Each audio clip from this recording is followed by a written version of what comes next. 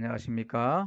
오늘은 요셉기도의 제6일차 제목은 재앙 중의 기도라는 제목입니다. 계시록 15장 1절의 말씀, 또 하늘에 크고 이상한 다른 이적을 보매 일곱 천사가 일곱 재앙을 가졌으니 곧 마지막 재앙이라. 하나님의 진노가 이것으로 마치리로다. 말세가 가까울수록 더욱더 하늘에서 보이는 더 크고 큰 재앙이 이 지상에 일어날 것임을 예언하고 있습니다. 오늘 저는 출애굽기 17장 그리고 출애굽기에 나오는 말씀을 통해서 재앙의 근본 이유와 재앙의 원인에 대해서 먼저 말씀을 나누고자 합니다. 재앙의 근본 이유, 출애굽기 17장 17절 18절의 말씀입니다. 여호와가 이같이 이르노니 내가 이로 말미암아 나를 여호와인 줄 알리라. 볼지어다 내가 내 손의 지팡이로 나일강을 치면 그것이 피로 변하고 나일강의 고기가 죽고 그 동물에서는 악취가 나리니 애굽 사람들이 그 강 물 마시기를 싫어하리라 하라. 이스라엘의 출애굽을 위해 하나님께서 행하신 첫 번째 애굽에 내렸던 재앙입니다. 첫 번째의 재앙이라는 데 의미가 있습니다. 그래서 이 말씀 출애굽에 내린 이러한 재앙에 대하여서 출애굽기 8장 7절의 말씀을 주석한 말씀에 보면 아론은 재앙이 내리고 있는 동안에도 계속 우상에게 기도했다는 말씀을 합니다. 애굽에 그 재앙들이 내리고 있는 동안에도 바로 왕은 정해진 시간마다 나일강에 그의 미신적인 기도를 드렸다.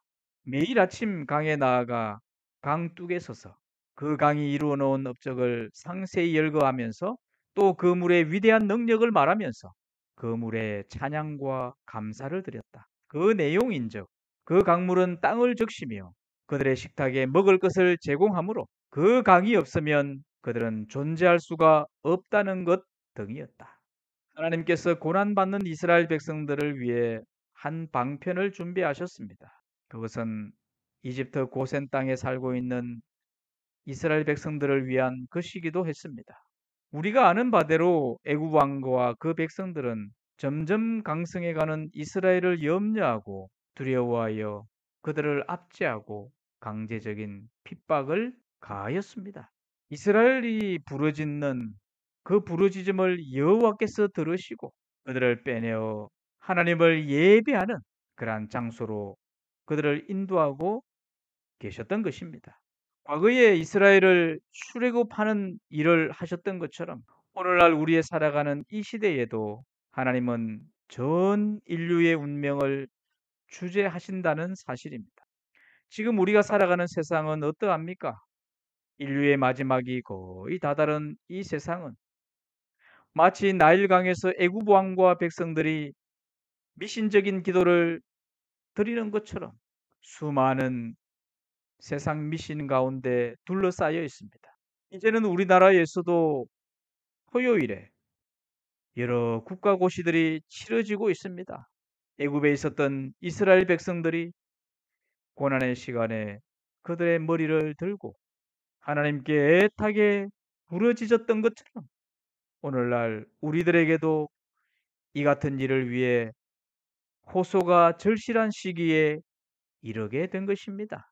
재앙이 이르게 되는 것은 이스라엘 백성들을 빼내기 위함이었다라는 것을 다시 한번 생각하면서 오늘 우리의 곁에 재앙이 가까워 있다는 것은 하나님을 믿는 백성들을 빼내기 위한 하나님의 섭리가 있음을 다시 한번 우리는 기억해야 될 것입니다. 재앙의 원인입니다.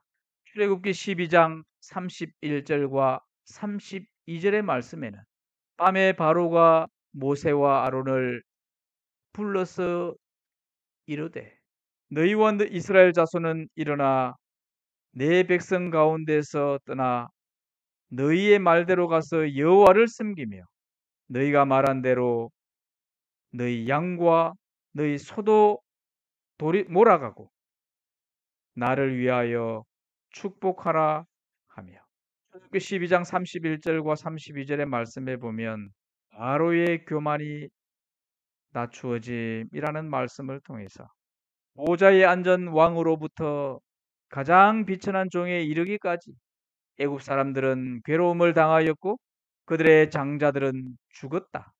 그때에 애굽 전역에 큰 호곡이 있었다라고 말씀합니다.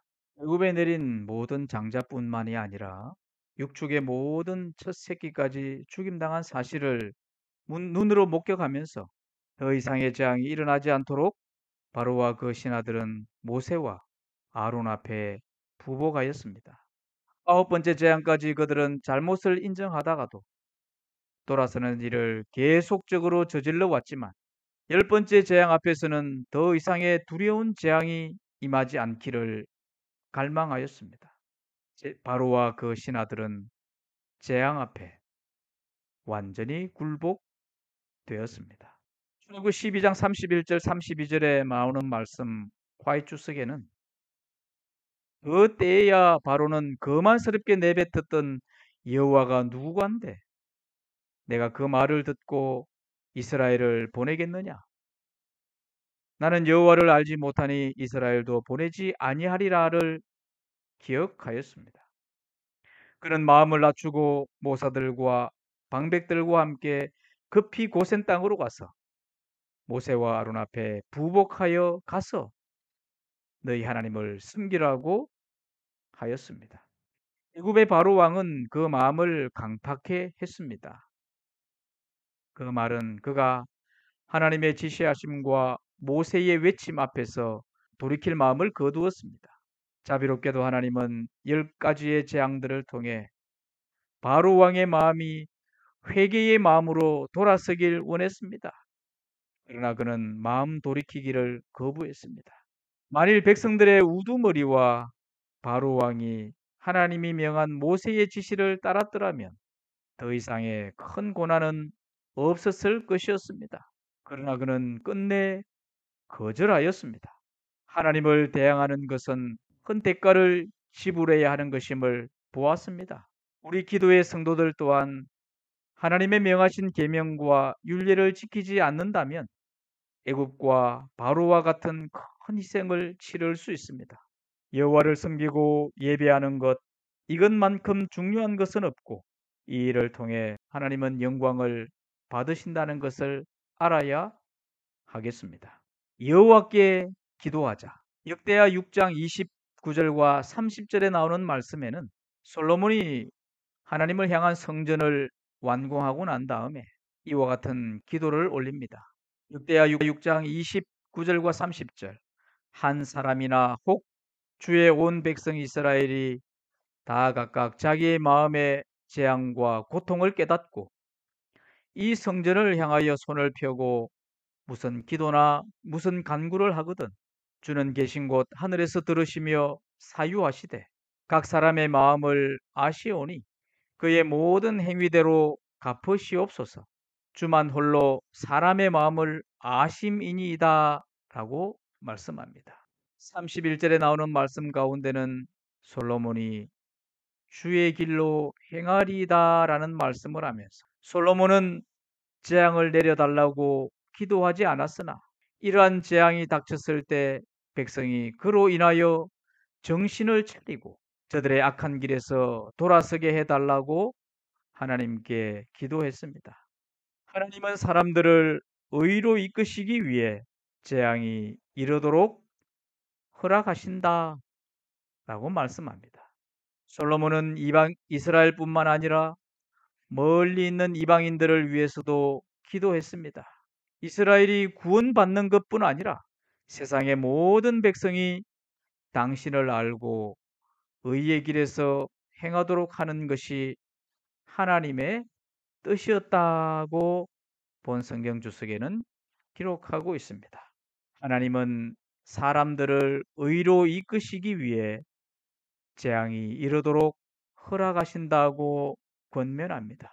그러므로 재앙이 이를 때 그것은 우리 자신들을 의로 이끌 수 있습니다. 재앙으로 인해 실족하고 넘어지고 뒤로 후퇴하면 의로 이끄시는 하나님을 경험할 수 없는 것입니다.